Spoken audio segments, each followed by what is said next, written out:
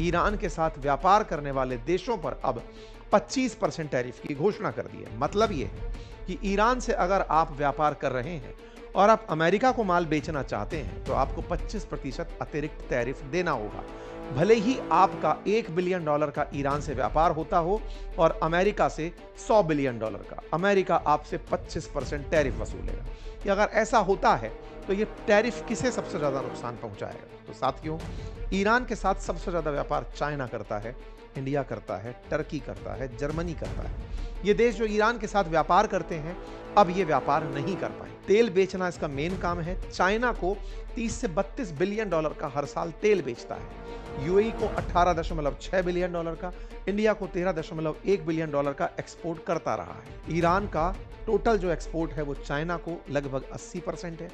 ऐसे में चाइना पर अब 20-25% अतिरिक्त टैरिफ लगाकर चाइना को प्रेशराइज कर दिया गया है, क्योंकि चाइना अमेरिका को जब सामान बेचेगा तो अमेरिका चाइना पर 25% अतिरिक्त टैरिफ वसूलेगा।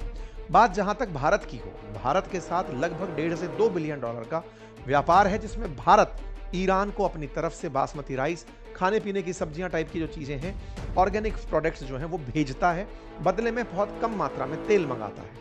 लेकिन अब इसे भी रोकना पड़ेगा।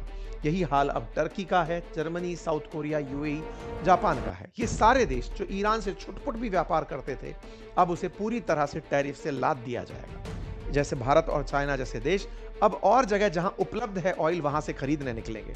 डिमांड बढ़ने लगेगी, सप्लाई रेस्ट्रिक्टेड है, महंगाई बढ़ने लगेगी। आज का अपडेट है, क्रूड की कीमतों में 1.7% का इजाफा हो गया है।